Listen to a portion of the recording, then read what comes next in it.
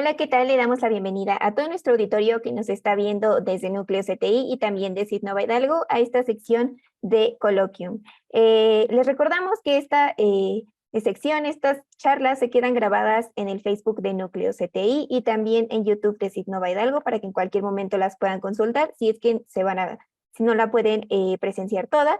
Y pues también invitamos a todo nuestro auditorio a que nos deje comentarios, preguntas, también comparta la charla para que pueda llegar a más personas. El día de hoy nuestro invitado es el doctor Javier Hernández Ortiz. Bienvenido, doctor. Muchísimas gracias por la invitación. Al contrario, muchísimas gracias por estar aquí acompañándonos. Y pues bueno, antes de iniciar, vamos a saber un poquito de la trayectoria de nuestro invitado de hoy. Él es maestro en ciencias de los materiales en el área de semiconductores orgánicos y también tiene doctorado en ciencias de los materiales, también en el área de semiconductores orgánicos, aplicaciones optoelectrónicas y biomédicas. Él también es miembro del Sistema Nacional de Investigadores Nivel 1 y pues es un investigador en el área de semiconductores orgánicos comprometido con el desarrollo de proyectos científicos y tecnológicos innovadores. Y pues bueno, sin más por el momento, doctor, le cedemos los micrófonos. Puede comenzar. Muchísimas gracias, Ingrid, por la presentación y pues perfecto, vamos a dar inicio.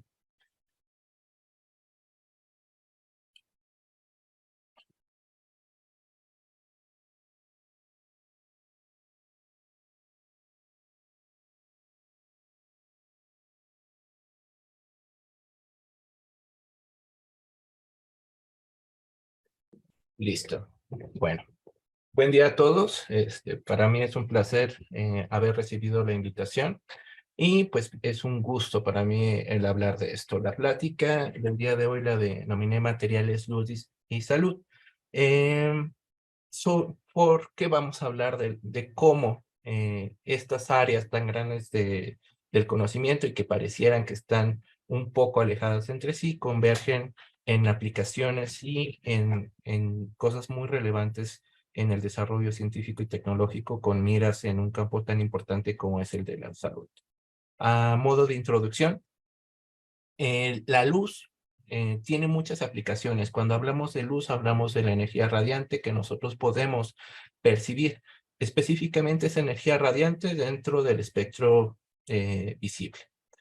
Cuando hablamos de óptica, lo primero que nos podría venir a la mente sería pues justamente algún tipo de lente, que realmente es lo que la mayoría ubica como óptica, ¿no? La interacción con algún lente o algún tipo de espejo, sus dispersiones y todos los fenómenos que tiene con ello. Pero también hablamos de óptica cuando hablamos de cuál es su interacción con la materia.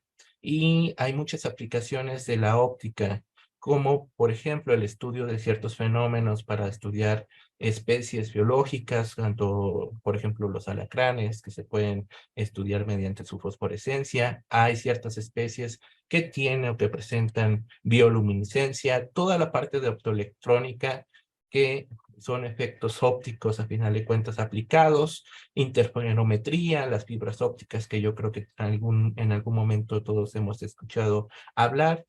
Toda la microscopía es óptica aplicada y todas las técnicas de caracterización de espectrofotometría, pues también lo es. Es la interacción de la materia con la luz, con algún tipo de interacción con esa energía radiante, con el espectro electromagnético y otras cosas un poquito más avanzadas. Por ejemplo, las llamadas pinzas ópticas que permiten mediante haces de luz el atrapamiento de partículas con mucha aplicación también en medicina y el uso de la luz para terapia como tal, que es un poquito en lo que nos vamos a enfocar el día de hoy. Como les había comentado, la luz como tal es energía radiante, es una onda electromagnética. ¿Cuál es la diferencia de lo que nosotros mencionamos o llamamos luz con otras ondas electromagnéticas? Que nosotros las podemos percibir, nosotros podemos verlas. De hecho, nuestra percepción del mundo no sería la misma sin esta interacción. El espectro visible va desde los 400 nanómetros hasta los 700, y en este rango nosotros podemos ocupar ese tipo de energía para muchas aplicaciones, algunas de las cuales las mencioné ya con anterioridad. Pero Lo que no he mencionado hasta el momento es el área de materiales. Hay muchos compuestos, moléculas, que interactúan con la luz y que tienen muchos efectos, tanto de absorción como de emisión. Materiales que emiten luz, que son bastante llamativos, son materiales que tienen ciertas propiedades que pueden aplicarse en el campo de la medicina y que en los últimos años ha cobrado gran novedad por este hecho. La mayoría de estos materiales se han ocupado con otras aplicaciones. ¿Por qué en medicina? Hablemos de un caso en específico, del cáncer. El cáncer en realidad es una gama de enfermedades, no siguen el mismo tipo, pero podemos hablar en forma general. La Organización Mundial de la Salud, la OMS, en el 2018, publicó que la carga de los casos de cáncer ascendía un poco más de 18 millones de casos nuevos, de los cuales 53%, más de la mitad, fallecieron. En México no es un caso aislado, es la tercera causa de muerte, solo por detrás de enfermedades cardiovasculares y diabetes, que son enfermedades pues propias de nuestro estilo de vida e incluso me atrevería a decir del país como tal. ¿Okay? Y hay estimaciones, para el 2030 se espera que aumente un 44% en las enfermedades de cáncer. Los tipos de cáncer más frecuentes son el cáncer de mama en el caso de mujeres y el cáncer de próstata en el caso de hombres. Y este aumento va a ser exponencial. Por lo tanto, pues es un área bastante importante de tratar, de intentar mediante desarrollo científico y tecnológico, de aportar soluciones o un granito de arena en su combate. Si bien existen muchos tratamientos, muchos tipos de terapias que dependen en gran manera del tipo de enfermedad, el tipo de cáncer que hay algunos que el tejido se puede extirpar y se puede hacer una cirugía, lo que regularmente nosotros vemos o lo conocemos como tumores. Hay algunos que se pueden tratar. Hay muchas terapias, hay terapias hormonales, trasplantes de células madre, aplicación o suministro de fármacos, la radioterapia, la quimioterapia. Algo que es casi un común denominador de todos estos tratamientos es que son sumamente violentos, son muy agresivos y son sumamente invasivos. Ante esto surgen alternativas. Una de ellas es la terapia fotodinámica. La terapia fotodinámica consiste en activar un fármaco que es fotosensible mediante la aplicación de una lámpara. ¿Okay? Esta lámpara está en la región del espectro visible más cercana hacia el rojo o prácticamente en el rojo. Y con esto se promueve la muerte celular. Vamos a explicar un poquito más en qué consiste la terapia fotodinámica. Pero pues de aquí en adelante nos vamos a enfocar a hablar de ella. ¿Okay? La terapia fotodinámica, como lo mencionaba, utiliza la luz como activador de fármacos a los cuales se les denomina fotosensibilizadores. Estos fotosensibilizadores en clínica lo que se tienen que hacer con ellos es suministrar en la parte del tejido donde hay células cancerosas. Después de su absorción y que estén dentro de la célula, se irradia con una fuente de luz, se activan y estas especies, estos fotosensibilizadores, en contacto con el oxígeno que está dentro de la célula, activan o generan especies activas de oxígeno. Y esto promueve un estrés oxidativo que permite la apoptosis de las células cancerosas. Tipos de cánceres que ya se tratan mediante esta terapia, principalmente el de la piel, algunas otras enfermedades relacionadas con la piel en general, el esófago, la vagina, cuello uterino. ¿Por qué estos y no otros? Porque estos permiten ser irradiados directamente con una fuente de luz o en su defecto el introducir alguna sonda, una fibra que permita pues irradiar, que es una limitante que tiene este tipo de terapia, el que permita o que se pueda atravesar los tejidos, la radiación y pueda llegar a las células cancerosas. Existen ya fármacos que están aprobados por la FDA. Uno de los más sobresalientes son los derivados de porfirina. Hay muchos materiales derivados de este anillo de porfirina que han sido ocupados y que ya están aprobados y que ya se utilizan para el combate de cáncer. Hay nuevas alternativas. Aquí presento nanomateriales un poquito más enfocados a la parte orgánica. Hay polímeros que son nanoacarreadores de fármacos que también se ocupan en el combate del cáncer, muchos derivados de sistemas conjugados y algunos derivados del carbono como grafeno, nanotubos, incluso carbon dots. Pero también, no es enfoque de la charla, pero también es importante, hay otras nanopartículas, nanomateriales que se emplean y que están estudiando con su aplicación en terapia. Caso de las estructuras de redes como los MOPS y los COPS, materiales o compuestos que son organometálicos, que tienen interacciones y transportes de carga bastante interesantes, y nanopartículas a partir de metales o de tierras raras. ¿Okay? Con compuestos orgánicos se pueden formar también nanomateriales, se pueden formar desde micelas, se pueden formar nanoagregados, se pueden encapsular, se pueden formar nanocompósitos con ellos. Los dendrímeros son un área bastante estudiada, sobre todo como nanoacarreadores, pero últimamente también se ha hecho un esfuerzo para hacer el diseño y síntesis de compuestos que sean materiales de terapia directamente. Se hace el diseño y se hacen los estudios preliminares y después, si los materiales cumplen con todos los estudios preliminares y son atractivos para su aplicación, se hacen estudios in vitro y finalmente en vivo con especies pequeñas.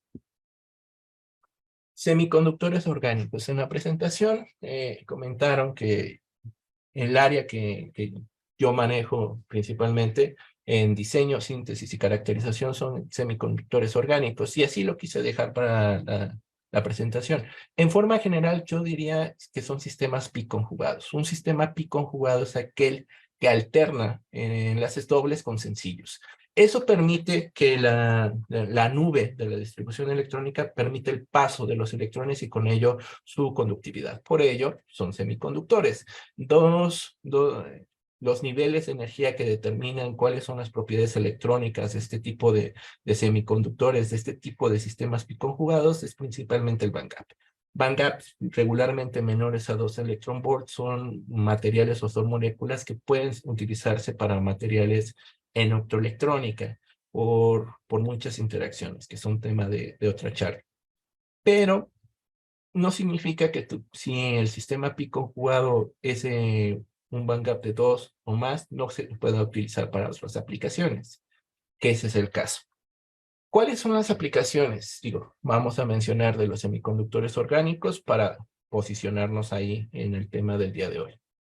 Hay aplicaciones de este tipo de moléculas para celdas de colorante sensibilizado, las celdas solares orgánicas, aunque también se ocupan ya en celdas de perovskita como capas transportadoras, ya sea de electrones o de huecos, en los OLEDs, en los transistores de campo de película delgada, en sensado de bioespecies y de otros tipos de especies como iones o metales pesados, en láseres de tinte. Y en la parte bio, pues destaca su aplicación en terapia fotodinámica y en la obtención de bioimágenes. Aquí tal vez faltan algunas aplicaciones, igual por el espacio. En los últimos años, las aplicaciones de óptica no lineal también han llamado mucho la atención para este tipo de materiales. Su aplicación en memorias electrónicas han sido también bastante interesantes. Entonces, como se pueden dar cuenta, es un universo bastante amplio.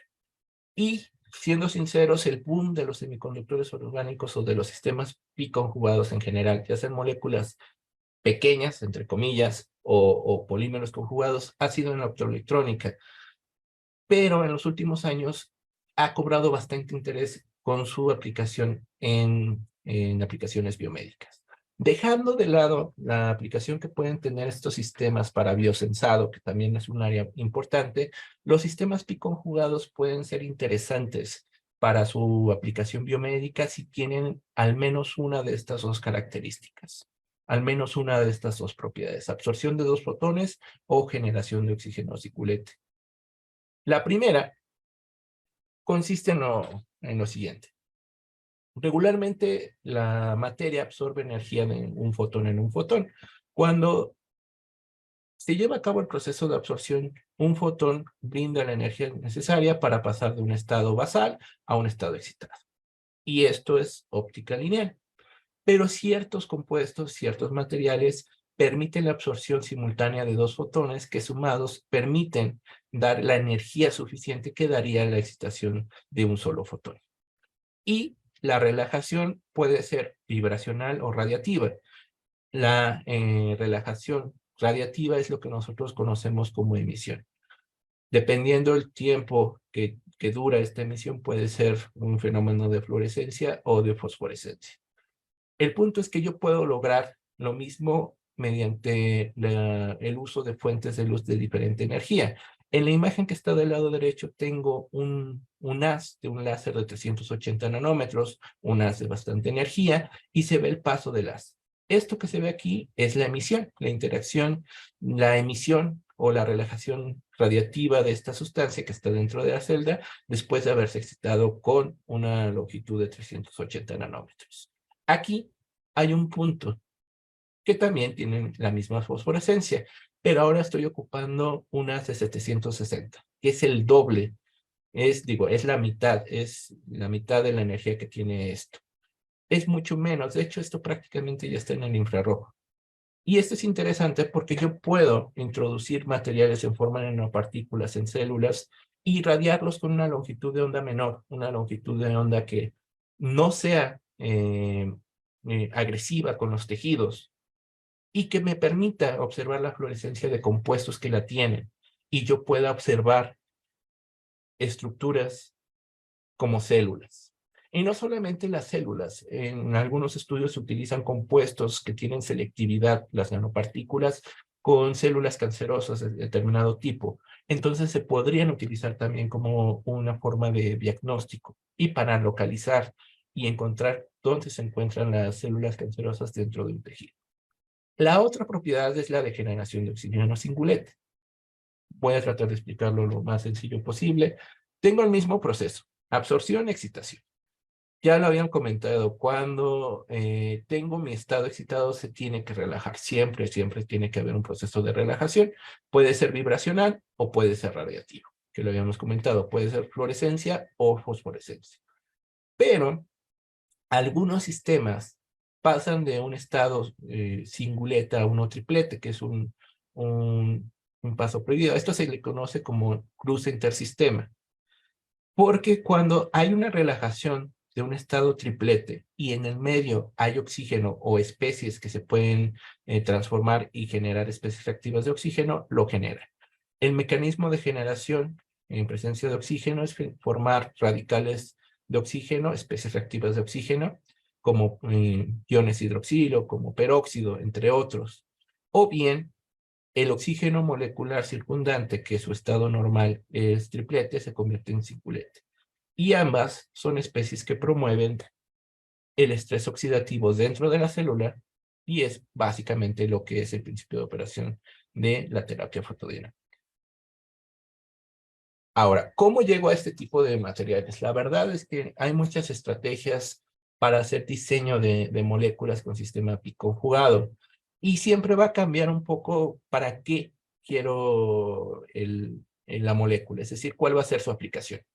Hay efectos generales que impactan en las propiedades electrónicas y ópticas de los materiales, de las moléculas en sí. Los efectos inductivos y mesoméricos que puedan tener, cuál es su estereorregularidad, cuáles son sus interacciones intermoleculares, cuán rígida es la molécula, si tiene rotación, si es completamente plana, si esto favorece o no a la deslocalización electrónica y por ende a los procesos de transferencia de carga, procesos de aromaticidad, cómo se llevan a cabo, cómo impactan en esto de nuevo en procesos de transferencia de carga y principalmente en jugar como un rompecabezas con segmentos que tienen características donadores o aceptores de electrones y hacer su arquitectura. Yo puedo plantear el diseño, hacer su estudio, hacer la síntesis, caracterizarlo y con base a sus propiedades yo puedo proponerlos para alguna de estas aplicaciones. De ahí yo tengo que procesarlos como nanomateriales, volverlos a caracterizar para ver si conservan o hay una modificación en sus propiedades ópticas principalmente, y ahora sí, proponerlos para alguna de las aplicaciones BIO. Que es un ciclo bastante interesante. A veces se hacen buenos diseños y son moléculas bastante interesantes, y ya en la práctica, pues sus propiedades no son tan, tan buenas como uno las esperaba, o no están en la región que uno esperaría que estuviera. Pero bueno, forma parte de la investigación. Las arquitecturas las cuales yo puedo hacer este juego de armar mi rompecabezas de segmentos sonadores y aceptores, siguen muchas arquitecturas. Aquí les presento tres principales. Una arquitectura dipolar, donde yo tengo un segmento donador. Aquí presento algunos ejemplos de donadores de electrones, entre los que destaca el segmento de fluoreno y el trifenilamino, y el carbazol también es un muy buen segmento donador. Y segmentos aceptores, ¿ok? De los cuales se destacan muchos derivados de tintes, como el benzotiazol, el DPP, el isoíndico. Esta es una arquitectura bipolar. Si yo coloco dos segmentos iguales en los extremos y uno diferente en el medio, tengo una arquitectura cuadrupolar. Y finalmente la octupolar. La más frecuentemente reportada con buenos resultados es la cuadrupolar, y en especial aquella con arquitectura con el segmento aceptor en el centro y segmentos donadores en los extremos, como grupos terminales prácticamente. Ahora, hablemos de qué es el oxígeno singulete. Eso es un poquito más de las estructuras electrónicas, pero el estado singulete no es más que un estado excitado de la molécula de oxígeno. El estado fundamental de la molécula o del oxígeno como tal es un triplete. Cuando se excita puede llegar a estados singulete. Estos dos son estados singuletes. Ambos tienen tiempos de vida muy cortos, pero lo suficiente para generar la acción o el efecto que se utiliza en terapia fotodinámica. En este diagrama del lado derecho voy a explicar un poquito más en qué consiste la interacción. Yo tengo nanopartículas. Esas nanopartículas muchas veces se pueden incluso en la superficie funcionalizar con receptores. Las células cancerosas sobreexpresan receptores de cierto tipo. Se puede aprovechar esta sobreexpresión de receptores para engañarla y se internalice. Básicamente se coman las nanopartículas la célula cancerosa y la célula sana no. Dentro de la célula cancerosa se irradia. Cuando se irradia, se hacen los procesos que mencioné. Absorbe, hace un cruce intersistema, se relaja y promueve la generación de especies reactivas de oxígeno gracias a que dentro de la célula hay oxígeno celular. Se forman radicales, se forman oxígenos singuletes y se le recuerda a la célula que debe de morir. Es decir, lleva a cabo su ciclo de apoptosis. En el diseño de este tipo de moléculas se persigue justamente, si la molécula no puede llevar a cabo el cruce intersistema, no puede generar a su vez especies reactivas de oxígeno. Así que una parte que se estudia antes de hacer la síntesis de los compuestos es que cumpla con esto, que haya una brecha energética lo suficientemente pequeña para que se lleve a cabo el cruce intersistema. Y con eso, pues que permita, cuando se relaje este estado triplete, la generación de especies reactivas de oxígeno. Entonces, si yo dentro de mi juego del diseño molecular puedo reducir esta brecha energética entre el primer estado singulete y el primer estado triplete, es muy probable que se lleve a cabo el cruce entre sistemas. Si esto se cumple, entonces voy a tener generación de especies reactivas de oxígeno. E incluso, dependiendo de la energía que tenga el estado triplete, puedo yo teorizar o puedo predecir qué tipo de mecanismo voy a llevar. Es decir, si voy a tener generación de oxígeno singulete, si la energía es mayor de 0.98 electrovolts en cuanto a su estado excitado o triplete, o es menor. Es decir, voy a generar especies reactivas de oxígeno. Ambas se ocupan, ambas son buenas para terapia fotodinámica. ¿Por qué nanopartículas? Bueno, los sistemas pi conjugados son moléculas orgánicas, son hidrófobas por naturaleza. Si bien hay formas de hacerlas que se disuelven en agua poniéndoles algún grupo catiónico, no es malo que sean hidrófobas porque nos ayudan a formar justamente los nanoagregados. Necesitamos que estén suspendidas en medio acuoso para que se puedan introducir a un medio biológico. Y además tiene que estar en tamaño nano para que permita que se internalice dentro de la célula. También las nanopartículas, dependiendo de cómo se forman, se pueden funcionalizar a algo que se le llama bioconjugación. Y eso se hace para buscar la selectividad, de la cual hablamos en diapositivas anteriores. Y entonces, pues, el utilizarlas como nanopartículas es bastante interesante. Regularmente las nanopartículas son más tema de materiales inorgánicos, sobre todo metales, pero también se pueden hacer nanopartículas orgánicas. En materiales inorgánicos, las propiedades de la nanopartícula va mucho con el confinamiento cuántico. En las orgánicas depende mucho del tipo de la molécula, de las propiedades de la molécula en sí, y del apilamiento que pueda tener entre sí para sus propiedades. Hablando de cómo se generan, el más común es, como método de fabricación de nanopartículas orgánicas, es el método de precipitación.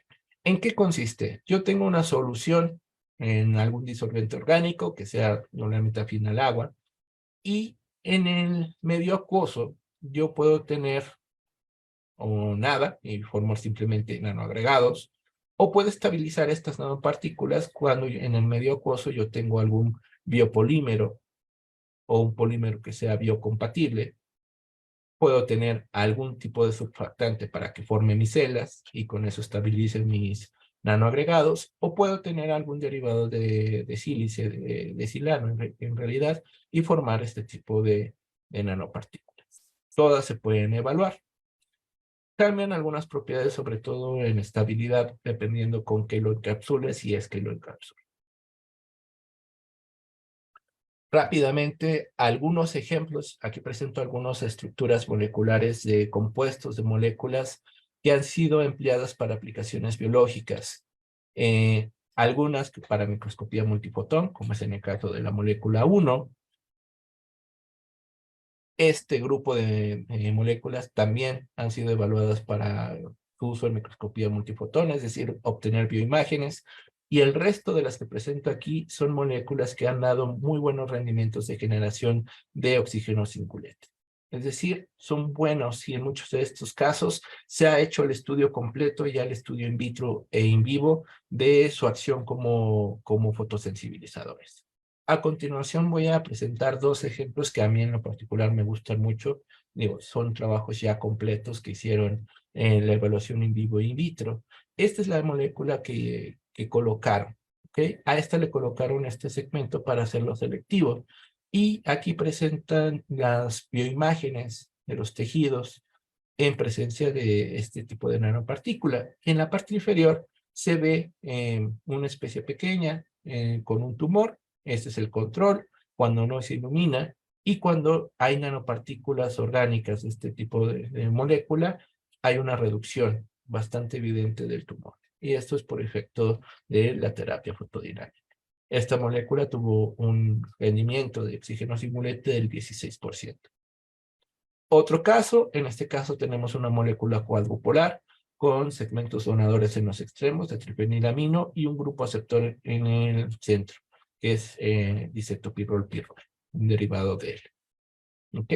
De nuevo, se presentan sus bioimágenes y se hace la aplicación. En este caso, trataron o hicieron el comparativo de irradiar solamente con láser el tejido canceroso, colocar solamente las nanopartículas y la acción de los dos. Es importante, no es solamente introducir el fotosensibilizador, es necesario la radiación para que este pueda activarse y pueda generar las especies reactivas de oxígeno. En este caso tuvo un rendimiento del 40% de generación de oxígeno singular. Y aquí hay una palabra, nanoteranóstico. Cuando yo puedo hacer las dos cosas, es decir, puedo obtener bioimágenes, es decir, material fluoresce y puedo utilizarlo para la detección de tejido canceroso y aparte de la terapia, eso se le conoce como teranóstico.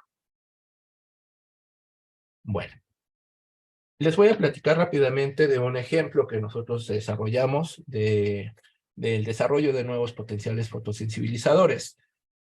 Lo que hacemos es el diseño de las moléculas con diferentes arquitecturas. Los estudiamos mediante técnicas computacionales para poder predecir algún tipo de propiedad, principalmente si puede llevar el cruce intersistema o no. Hacemos la síntesis de moléculas, hacemos su caracterización química y óptica fabricamos las nanopartículas, las caracterizamos morfológicamente y ópticamente las suspensiones coloidales y hacemos una prueba de generación de oxígeno singulete. La más común es utilizando ácido úrico. ¿Okay? Bueno, les presento es un trabajo que llevamos en colaboración entre la Universidad Autónoma del Estado de Hidalgo y el Centro de Investigaciones en Óptica, específicamente el Grupo de Propiedades Ópticas de la Materia, GEPOM. El CIO es un centro de investigación que está en León, Guanajuato. En este trabajo hicimos el estudio de una familia de 9 moléculas con arquitectura cuadrupolar, con un segmento aceptor en la parte central de la molécula y 2 grupos donadores en los extremos finales. Los grupos donadores que están aquí son estos segmentos que están aquí dibujados. Se hizo el estudio, se trató de vislumbrar cómo eran sus interacciones, si había procesos de transporte de carga, y se obtuvieron espectros teóricos de absorción para ver si caían dentro de la ventana fototerapéutica.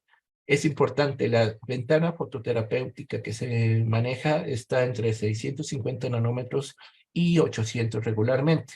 No significa que si está por arriba sea malo, al contrario, pero comúnmente si tienen absorción en esta región son candidatos para ser fotosensibilizadores. De hecho, es una característica que debe de ser necesaria. Puede tener generación de oxígeno singulete con absorción en longitudes de mayor energía y no sería candidato para esto. ¿Por qué? Porque necesitaría una energía mayor que puede generar daño al tejido y eso es algo que no se busca. ¿Okay? Se estudiaron sus transiciones electrónicas y lo más importante, se estimaron valores de la brecha entre el primer estado singulete excitado y el primer estado triplete excitado. Todos andan alrededor de 1.1, más, menos, lo cual significa que toda la familia potencialmente pueden funcionar, pueden llevar a cabo el cruce intersistema y con eso su relajación para generar especies reactivas de oxígeno.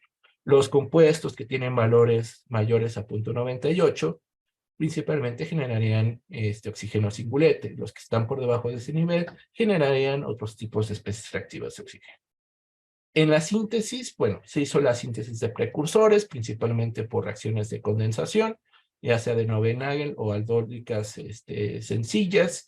También se utilizaron acoplamientos de Suzuki, que es una reacción catalizada con paladio, alquilaciones, principalmente de que es nuestro segmento común. Y las moléculas finales se llevaron mediante una reacción llamada arilación directa, que es igual a un acoplamiento catalizado con paladio. Así obtuvimos nuestra familia de 9 moléculas.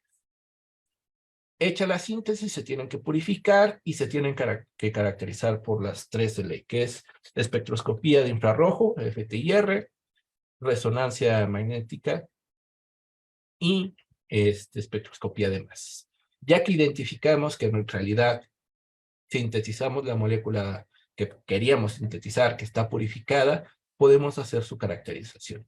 Como caracterización óptica, aquí les muestro los espectros de absorción de la familia de compuestos. Se puede ver que algunos tienen esa absorción después de 600 hasta 800, es decir, caen en esa llamada ventana fototerapéutica. Aquí las imágenes de las células con los compuestos en solución. Es importante, estos compuestos están disueltos en un disolvente orgánico, en este caso en cloroformo.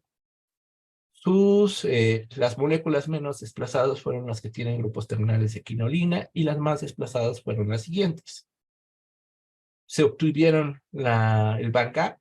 Hay algunas moléculas que incluso están por debajo del 1.7. Son moléculas bastante interesantes que podrían también ser aplicadas en optoelectrónica.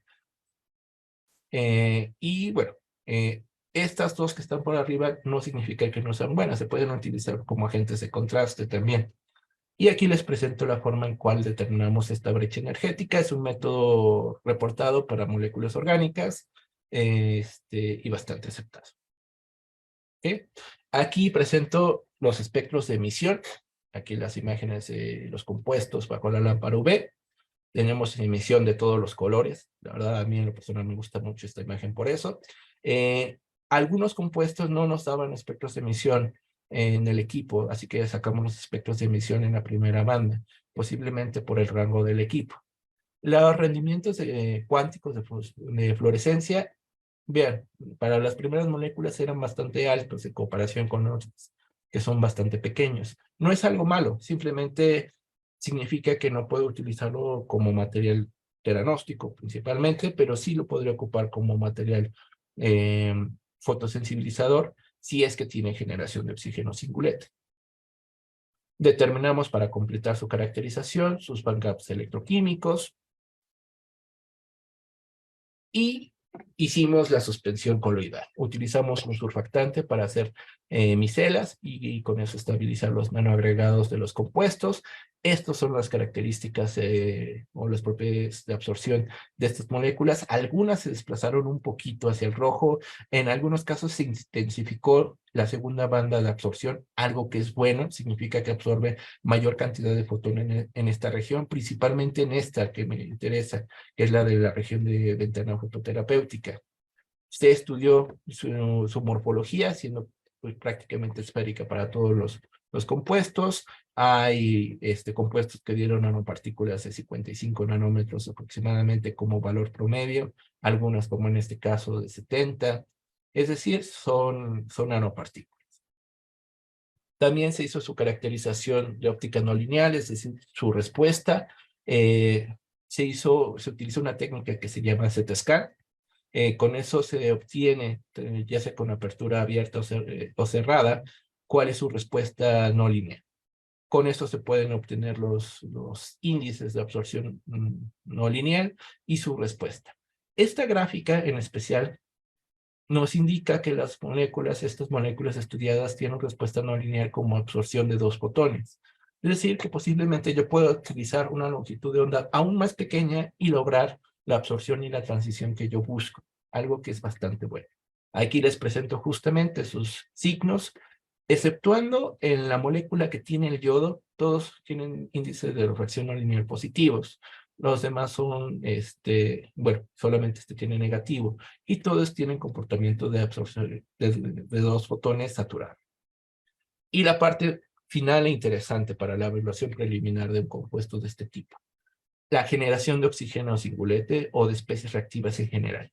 Esto se puede hacer mediante el uso de alguna molécula que se degrada en contacto con especies reactivas de oxígeno. Una de ellas es el ácido úrico. Lo que se hace es el estudio de una cinética de degradación de ácido úrico mediante espectroscopía de absorción UV-Vis. Se utiliza un estándar de referencia como es el azul de metileno y se hace esto. Lo que se estudia, lo que se busca es que los compuestos tengan esto, que provoquen esto. Para eso, dependiendo cuál sea la fuente de luz que estamos ocupando, un LED visible o un láser o una lámpara de fototerapia, tiene que estudiarse el ácido úrico por sí solo para ver que no haya fotodegradación, es decir, que la degradación que yo estoy aparentemente observando no sea producto de que la fuente de luz lo provoca, sino que sea puro el efecto del fotosensibilizador. Del lado derecho les presento uno de los compuestos que mejor acción de generación de oxígeno singulete dio. Aquí está la degradación y cómo el compuesto se mantiene estable a pesar de la radiación. ¿Okay? Se obtuvieron sus parámetros cinéticos y sus valores aproximados de rendimiento de oxígeno singulete. Se utilizó el estándar de azul de metileno, que tiene un rendimiento del 56%. Aquí, cuando llegamos a este punto del estudio, hubo una noticia buena y mala. La mala es que resulta que esta molécula que sintetizamos la acababan de publicar. O bueno, que ya estaba reportada. Pero no fue malo porque nos sirvió para comparar si nuestro cálculo de oxígeno singulete empataba con el reportado, cosa que así fue. Así que, pues podemos confiar. Otra cosa novedosa es que las 2 moléculas que están más desplazadas hacia el azul tienen buenos rendimientos de generación de oxígeno singulete, pero no son candidatos para ello porque, pues, su radiación tendría que ser por debajo a longitudes más energéticas. En general, toda la familia de compuestos tienen comportamiento de generador de oxígenos singulete, o mejor dicho, de especies activas de oxígeno. Conclusiones de este trabajo, se estudió por teoría todo este tipo de compuestos y se obtuvieron, pues, nanopartículas de morfología semisférica, alrededor de 100 nanómetros. Los compuestos que tienen trifenilamino como grupo terminal es el que tiene un amino terminal y doble quinolina, son los que se encuentran en esa ventana entre 600 y 850. Tienen respuesta óptica no lineal, las nanopartículas, tienen absorción de los fotones reversibles, y estos 4 son los candidatos más viables para utilizarse en terapia fotodinámica. ¿Por qué? Porque tienen la propiedad de absorber en la ventana fototerapéutica y tienen mayor rendimiento de especies reactivas de oxígeno. Y bueno, este es el trabajo hasta aquí. Este sería el preliminar. ¿Qué seguiría después de esto? Probar estos materiales ya en estudios in vitro y in situ, digo, in vitro y in vivo, para pues, ver cómo interactúan ya con un medio biológico. Se aproxima el medio biológico cuando se hacen estos estudios, algo que no mencioné, con el pH, con el tipo de disolvente, que es agua inyectable, se ponen fosfatos para aproximar al pH biológico, entre otras cosas. Ahora, para terminar, ¿qué otras cosas estamos haciendo? Estoy haciendo una estancia postdoctoral. El proyecto consiste en hacer el diseño, y síntesis y caracterización de moléculas con diacetopirrol, pirrol y benzotiazol. Se han hecho los estudios teóricos con diferentes modelos. Se han aproximado que podrían ser candidatos por su aparente absorción en la ventana fototerapéutica. También se ha aproximado que los cruces intersistemas podrían dar lo necesario para que tengan esta acción, y se han empezado a hacer algunas síntesis por acoplamiento de paladio. El día de hoy pues, les presento algunos avances en este tipo de moléculas. Aquí importante, lo que es el DPP con bisbenzotiazol y el DPP que tiene un grupo de tiofeno terminal, son las que más se acercan a cumplir esta condición de 600 a 800. Se han utilizado igual diferentes métodos de síntesis convencional y por microondas. Se ha sintetizado un polímero. Todavía no se hace la evaluación ni la reprecipitación para formar nanopartículas, entonces esto está en trabajo. Este es un proyecto que se está llevando completamente en UPIBI, con colaboración de la Universidad Autónoma del Estado de Hidalgo.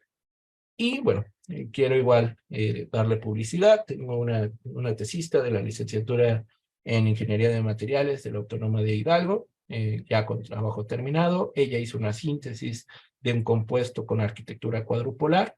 De hecho, está bastante bonita su estructura. Se hicieron los estudios también, cruce intersistema, buen valor de energía. Y estas son sus caracterizaciones. También se encuentra por arribita de los 600, que debe de entrar dentro de la ventana fototerapéutica. En película, obviamente, se aumenta la intensidad de esta última transición. Y bueno, se determinaron su volumen. Es un compuesto que también podría ser evaluado en aplicaciones optoelectrónicas como transportador de electrones o de huecos, o bien para la construcción de transistores de campo. Pero para la aplicación que estamos buscando, pues se hizo su procesamiento como nanopartículas con un tamaño aproximado promedio de 100 nanómetros, y tiene respuesta, tiene degradación. Este es el estudio del ácido úrico. Hay degradación, hay un 4% de rendimiento, no es malo. Hay trabajos y fotosensibilizadores reportados con 4%, con muy buenos resultados. Entonces, pues al menos el trabajo de Vane pues está concluido. Hizo la síntesis y el estudio de de un potencial nuevo fotosensibilizador para terapia fotodinámica. Y bueno, este trabajo no podría ser posible sin la colaboración y la tutela de la gente. Principalmente pues debo agradecer a la doctora Itzia, que es la encargada del proyecto postdoctoral en el Politécnico, en UPIBI, la doctora Rosa Ángeles y la doctora Aurora de la Autónoma de Hidalgo, básicamente quienes llevaron mi proyecto en Autónoma en el doctorado y maestría, y el doctor Mario Alejandro, que fue quien me ha enseñado bastantes cosas. Él es investigador del Centro de Investigaciones en Óptica. Y bueno, por mi parte sería todo. No me queda más que darles las gracias por su atención, y bueno, no sé si hay algún tipo de pregunta.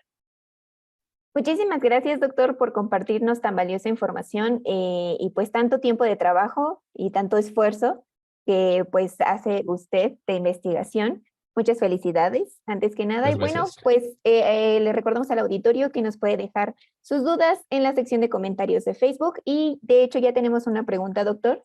¿Sí? Miguel nos pregunta, ¿qué otros tipos de moléculas orgánicas generadoras de oxígeno singulet serían candidatas para este tipo de terapias? Mm, bueno, es que es un poco ambigua la pregunta, porque tipo de moléculas tienen que ser sistemas biconjugados, que es un común denominador, pero moléculas que también se ocupan son organometálicos. De hecho, muchos han empezado a sintetizar compuestos o moléculas organometálicas, es decir, que tienen un ligando, que es la parte orgánica, e interactúan con un átomo. Sobre todo utilizan mucho rutenio y tierras raras. Pero a diferencia de los organometálicos que se suelen proponer para tratamiento de cáncer, que son moléculas más pequeñas, que ahí es para el tratamiento directo, para atacar a el cáncer directamente. Las que se han propuesto son moléculas que son más grandes, que son macromoléculas o incluso polímeros que tienen organometálico, que es una área bastante amplia. Otro que igual han empezado a proponerlos mucho para este tipo de terapia son las redes de enlaces covalentes y organometálicas también, que es una red tridimensional con huecos.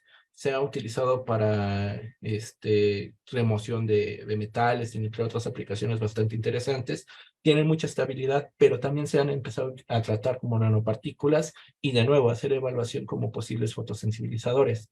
Realmente esas son las tres vertientes en cuanto a moléculas que tengan sistema biconjugado, ya sea como un ligando con los organometálicos o propiamente un sistema biconjugado puro, como sería una macromolécula como las que les presenté, o un polímero. Igual, muchos reportan polímeros porque tienen muy buena estabilidad y la síntesis es relativamente también sencilla, incluso hasta su purificación. No sé si respondí a la pregunta de Miguel. Esperemos que sí. Y bueno, doctor, ¿podría contarnos un poquito de cuánto tiempo lleva trabajando en su investigación postdoctoral? Eh, Pues llevamos poco, iniciamos en noviembre, hemos estado haciendo algunas pruebas con algunos tipos de compuestos. Digo, solamente les he contado lo que llevamos con respecto a aplicaciones bio, pero a la par estamos desarrollando igual trabajos con este tipo de compuestos, es decir, sistemas biconjugados, pero para aplicaciones en optoelectrónica. Acabamos de publicar un trabajo para transistores de campo, hemos entrado en la parte de propiedades de óptica no lineal, pero de la estancia, pues llevo un poquito, no llevo tanto tiempo. Todavía me queda la parte bio, que ese es el objetivo. El de los tres trabajos que estoy presentando el día de hoy, pues el que lleguen a evaluarse en una línea celular y que hoy ya lleguemos incluso a la evaluación de especies pequeñas, que sería lo ideal para que se pueda ya formalmente decir que tenemos un fotosensibilizador nuevo. Muchas felicidades, doctor. También Miguel nos dice, felicidades, excelente presentación. Y Elías nos Gracias. pregunta, en torno a tu experiencia, ¿cuáles son los principales retos para la aplicación de estos materiales? Buena pregunta. Son dos. La primera, esa región de ventana fototerapéutica no es tan fácil de conseguir. Se necesita mucho ese grado. Pero incluso son más interesantes los compuestos que absorben fuera del rango visible, que ya absorben en el cercano infrarrojo. Porque el infrarrojo, pues básicamente es calor. Y si hay algo a lo que es transparente los tejidos de nuestro cuerpo, es a la radiación infrarroja, que es calor. Para poder utilizar la terapia fotodinámica de manera más generalizada, ese es uno de los retos, la penetración de la luz. Se utiliza en piel y en tejidos superficiales porque, pues, básicamente el tejido está en contacto con la luz. Pero, por ejemplo, para tratar a órganos o tejidos internos es más complicado porque no alcanza a penetrar la luz. O quitamos la parte de que es poco invasivo y tendremos que invadir y pues eso ya pierde. Ese es uno de los principales retos, el obtener materiales que absorban lo más cercano al infrarrojo posible. Y la otra es la reproducibilidad. En lo particular, a mí me gustan más las moléculas pequeñas, bien definidas, porque la síntesis es reproducible. Es decir, cada vez que yo la sintetizo, voy a obtener las mismas propiedades, porque sigue siendo la misma molécula. Con los polímeros, que regularmente se reportan mucho, hay un problema. A veces, si no conservan las condiciones bien, se puede modificar el grado de conjugación y se pueden cambiar sus propiedades, desde el procesamiento hasta las propiedades mismas. Entonces, pues es un problema que tienen muchos de los polímeros, el sistema biconjugado. A menos de que ya tengan bien definidas y controladas las condiciones, pues se juega un poquito con la reproducibilidad de las propiedades. Y otro desafío es la parte de teranóstica. Eso es muy interesante porque puedo utilizar el mismo material para hacer diagnóstico, para obtener bioimágenes y aparte hacer la terapia, incluso hacerla al mismo tiempo y ver o monitorear la degradación de células cancerosas en tiempo real. No todos los materiales lo tienen. ¿Por qué? Porque para hacer la emisión necesito un proceso de relajación radiativo. Y para que yo genere especies reactivas de oxígeno, necesito que lleve a cabo una relajación vibracional. El cruce entre sistemas es eso.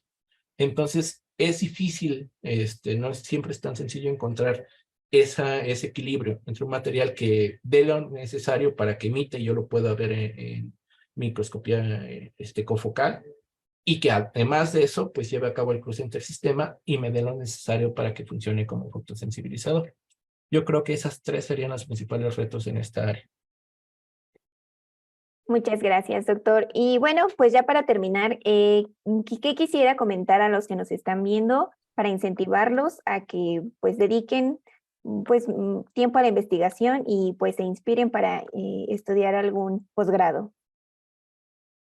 Y bueno, como comentario final, luego muchas veces los trabajos de investigación parecen abrumadores por todo lo que se tiene que ver, pero es una curva de aprendizaje y realmente los investigadores somos niños que jugamos con juguetes muy caros, pero que básicamente es eso, buscamos aplicación del conocimiento. Yo me divierto mucho haciendo diseño de moléculas, me divierto mucho haciendo el análisis de resultados y pues realmente es lo que me tiene aquí, el que me hace bastante feliz esta parte y que yo lo siento como eso, como algo divertido para mí. Y aparte, pues que uno pueda aportar de alguna forma a la sociedad en el ámbito en el que está haciendo su investigación. Perfecto, pues muchísimas gracias, doctor, por haber aceptado la invitación de estar en este espacio y pues por compartirnos tan enriquecedora información. Muchísimas gracias por la invitación de nuevo, fue un placer, y bueno, esperemos que no sea la última vez. Así, esperemos que así sea. Y pues bueno, a todo nuestro auditorio que nos estuvo viendo, aprovecho el espacio para recordarles que, bueno, en punto de la 1 de la tarde también tendremos otra sección de Colloquium. Vamos a tener como invitado al doctor Eduardo Sánchez Cervantes, no se lo pueden perder. Y también les recordamos de nueva cuenta que esta charla se queda grabada en los videos de Facebook y también va a estar disponible en YouTube de Citnova para que la puedan consultar en cualquier momento. Y pues bueno, que tengan excelente tarde todos. Muchas gracias por acompañarnos.